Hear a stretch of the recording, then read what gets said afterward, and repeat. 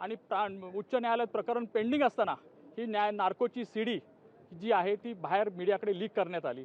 त्याची डॉक्टर साहेबांवरती एक संशयाचं वातावरण तयार करण्यात आलं आणि त्या वातावरणाच्या आधारे त्यांनी उच्च न्यायालयांकडनं असं हे दाखवलं की बघा हे एक सिनियर मंत्री आहेत, कॅबिनेट मिनिस्टर आहेत आणि आम्हाला न्याय मिळणार नाही आणि म्हणून सीबीआयकडे वर्ग करावा। मग सीबीआयने काय केलं? ऑक्टोबर 2008 मध्ये माननीय उच्च न्यायालयाने सर्व कागद जे आहे ते सीबीआयकडे हँडओव्हर करा, हस्तांतरित करा म्हणून सांगितलं। सीबीआयने 2009 पर्यंत काही केलं नाही, पण त्याच्या आधी सीबीआयकडे ही केस म्हणजे 2008 मध्ये ऑर्डर झाल्यानंतर सुद्धा मे 2009 मध्ये ही कहाणी फेब्रुवारी 2009 मध्ये सुरू होते। आनंदीबाई पुन्हा कोर्टात जाते, माननीय उच्च न्यायालयात विनंती करते की ह्या प्रकरण अजून सीबीआय याच्यामध्ये करत नाहीये, कारण त्यांना तोपर्यंत कुठलाही पुरावा, कुठलाही सुराग, कुठलाही तथाकथित डॉक्टर साहेबांपर्यंत जोडता येत नव्हतं। मुख्यतः राकेश मारियाच्या क्राईम ब्रांचने जेव्हा राकेश मारिया जॉईंट सीपी होते आणि राकेश मारियांना साक्षीदार म्हणून तपासण्यात आलं, तर राकेश मारियाने ह्या जैनला मी ओळखत नाही आणि जैनला फक्त त्यांनी एवढं सांगितलं की माझ्या अधिकाऱ्याने 3-4 गुन्ह्यामध्ये त्याचा कट त्यामुळे 19 एप्रिल 2009ला त्यांनी मला खुलासा माझ्या अधिकाऱ्यांनी सांगितलं की असं जैन हा व्यक्ती हा सांगतोय। नुकतंच फक्त त्याचा तथाकथित म्हणणं होतं आणि पहिल्या दिवसापासून हा धादांत खोटं बोलणारा व्यक्ती आहे। राकेश मारियाने 5 मे 2009ला पत्र लिहिलं। Rakesh Maria joint CP crime होते, तर त्यांनी कमिशनरला न कळवता, होम मिनिस्टरला न कळवता, मुख्यमंत्र्यांना न कळवता हे पत्र राकेश मारियाने डायरेक्टली सीबीआयला पत्र लिहिलं। त्याचा काही संबंध नसताना राकेश मारियाने का हस्तक्षेप केला त्याचं कारण समोर आली पाहिजे, त्याची चौकशी झाली पाहिजे। राकेश मारियाने हे पत्र सीबीआय दिलं आणि सांगितलं की आम्हाला ह्या गुन्ह्यामध्ये हा एक आरोपी सापडलेला आहे आणि आम्हाला ह्या आरोपीने हा कबुली जबाब दिलेला आहे। राकेश मारियाची जर आपण साक्ष पाहिली कोर्टासमोर तर कुठल्याही प्रकारे स्टेशन डायरीला एंट्री नाही। छोटीची छोटी गोष्ट पोलीस यंत्रणेमध्ये स्टेशन डायरीला नोंद होते। स्टेशन डायरीला जर अशा प्रकारे एखाद्या गंभीर गुन्ह्याचं स्वरूप जर दिलं गेलं असेल तर ती स्टेशन डायरीला नोंद असायला पाहिजे होती। राकेश मारियाने हेही मान्य केलं की बाबा मी ती स्टेशन डायरी पाहिली नाही, कुठलेही कागद पाहिले नाही आणि ह्या जैन नावाच्या व्यक्तीला मी तुमच्याकडे हस्तांतरित करत आहे आणि तुम्ही लवकरात लवकर ह्याचा ताबा घ्यावा। त्यावेळी जैन आर्थर रोड जेलमध्ये होता। 5 मे 2009ला हे पत्र गेल्यानंतर सीबीआयचे अधिकारी काही करत नाहीत। सीबीआयच्या आयोने कोर्टासमोर जबाब दिलेला आहे की आम्ही जाऊन सहज चौकशी केली, कुठे आर्थर रोड जेलला, या जैनला चौकशी केली आणि जैनला आम्ही सांगितलं अरे बाबा आम्ही आलो नाही 22 तारखेपर्यंत किंवा 25 तारखेपर्यंत, तर तू तुझ्या जामिनासाठी जा। जैननी मारियावरती हाही आरोप केला की मारियाने सांगितलं तुला सगळं मिळेल, फक्त जामिनासाठी तू अर्ज करायचा नाही। कुठल्या गुन्ह्यात? तर क्राईम ब्रांचच्या गुन्ह्यात। आणि कुठले गुन्हे होते ते? पाकिटमारचे, चोरीचे, खोट्या वेपनचे, असे काही गुन्हे त्यांनी दाखवले होते फक्त त्याचा ताबा ठेवण्यासाठी। आणि फेब्रुवारी 2009 पासून ह्याच्यावरती माननीय न्यायालयाने हे पूर्णपणे स्पष्टीकरण दिलेलं आहे की जैन जेव्हा म्हणतोय की 8 फेब्रुवारी 2009 पासून ते 25/2 पर्यंत माझा बेकायदेशीर ताबा ठेवण्यात आला, मला टॉर्चर करण्यात आलं, मला मारण्यात आलं, त्या अधिकाऱ्यांची नावं घेतो, पण सीबीआयने एकाही अधिकाऱ्याच्या किंवा क्राईम ब्रांचच्या ह्या तपासाबद्दल कुठली चौकशी केली नाही। त्याच्याबद्दल प्रश्न उद्भवतात की का चौकशी करण्यात आली नाही, काय घाई होती त्यांना। आणि फक्त जैनला सीबीआयने 25 मेला म्हणजे 25 मेला कोर्टात त्यांनी अर्ज केला। सो 5 मे पासून 25 मे पर्यंत सीबीआय का थांबली, काय त्यांच्यासमोर हे होतं?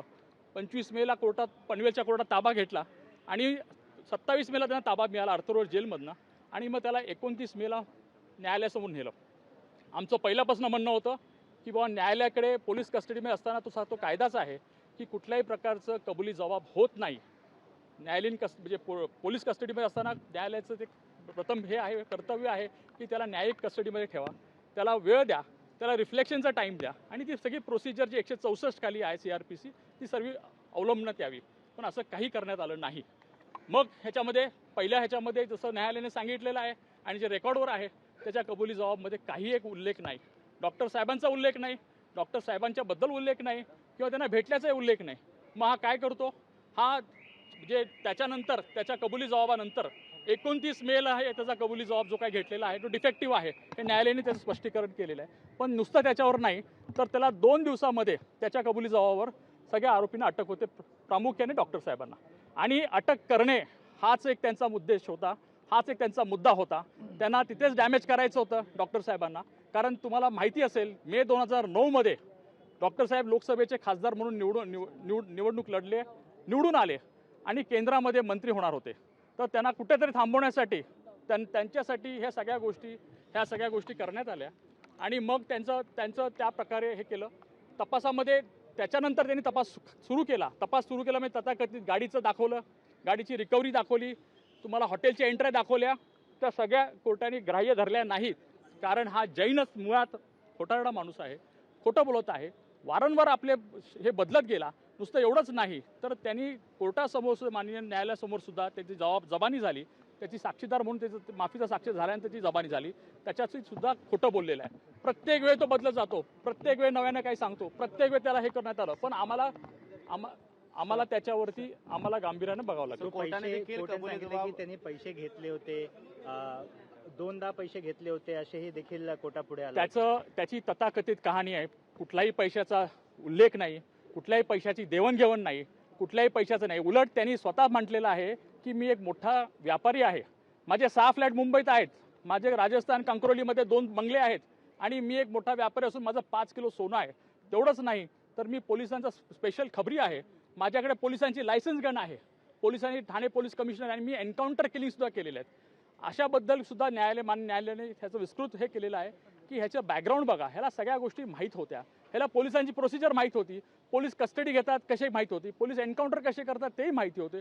त्यामुळे ह्या सगळ्या गोष्टी त्यांनी सगळ्या खोट्या कोर्टासमोर आणलेल्या आहेत. सर, एक महत्त्वाचा प्रश्न, ओमराजे निंबाळकर म्हणतात की या निकालाला हायकोर्टामध्ये ते अपील करणार आहेत, आव्हान देणार आहे, तर त्याकडे तुम्ही कसं बघता? ते सुद्धा तुमची बाजू कशी असेल? एक प्रश्न होते ना. पहिली गोष्ट म्हणजे प्रथमतः प्रत्येकाला न्याय मागण्याचा अधिकार आहे, तो त्यांनी वापरावा, त्याच्याबद्दल आमचं म्हणणं नाही. पण आज काय झालं, तुम्ही परवाचं जे दाखवलं आणि मीडियामध्ये आलं की त्यांनी स्वतः सांगितलं की माझं राजकारणाचा जन्म त्याच्यावर झाला. आता मी म्हणेल की आता राजकारण पण ह्याच्यावर संपणार. जेव्हा ही केस संपलेली आहे, त्याचं राजकारणचं भांडवली संपलेलं आहे आणि इथून पुढे म्हणजे आम्ही तिथेही थांबणार नाही.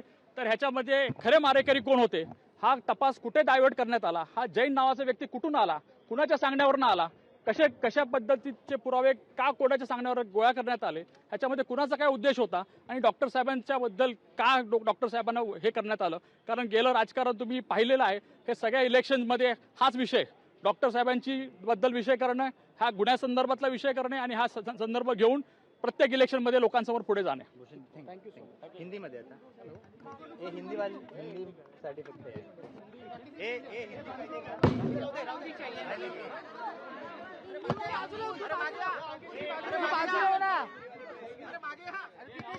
तिथेच ठेवायचे काय तोंडातच घालते. अहो थांबा ना मास्तर, खाली बसा.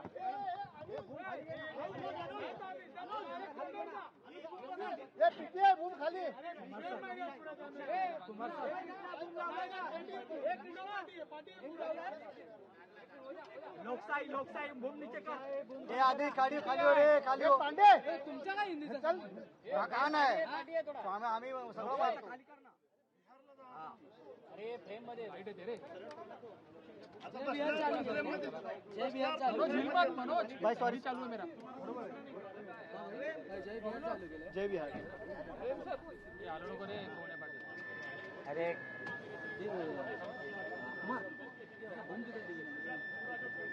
अरे इधर है, इधर है, अरे इधर है, इधर है.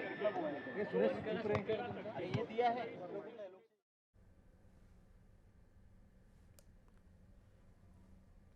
तर पुरावे अभावी सर्व आरोपींची निर्दोष मुक्तता या प्रकरणामध्ये करण्यात आली आहे. प्रामुख्यानं राज्याचे माजी गृहमंत्री पद्मसिंह पाटील आणि त्यांच्यासोबत ज्या 9 जणांवरती या हत्याकांडाचा आरोप होता, या सगळ्यांना निर्दोष मुक्त करण्यात आला आहे. 20 वर्षानंतर या संपूर्ण प्रकरणाचा निकाल लागला आहे आणि या निकालानुसार सर्व आरोपी निर्दोष मुक्त झाले. ओमराजे निंबाळकर यांनी थोड्याच वेळापूर्वी आपल्याला प्रतिक्रिया दिली आहे. या संपूर्ण प्रकरणासंदर्भात ते उच्च न्यायालयामध्ये दाद मागणार आहेत. ज्या पद्धतीचा निकाल गेल्या 20 वर्षांपासून त्यांना अपेक्षित होता तो लागला नाही आहे आणि त्यामुळं आता पुढच्या न्यायालयात ते जातील आणि पुन्हा एकदा दाद मागतील. ज्या पद्धतीनं आत्ता आरोपींचे वकील यांनी प्रसारमाध्यमांशी आपलं म्हणणं मांडलं, त्यावेळेला त्यांनी स्पष्टपणे म्हटलं आहे की माफीचा साक्षीदार असणारे पारसमल जैन हे पूर्णपणे खोटं बोलतायत असं त्यांनी सांगितलं.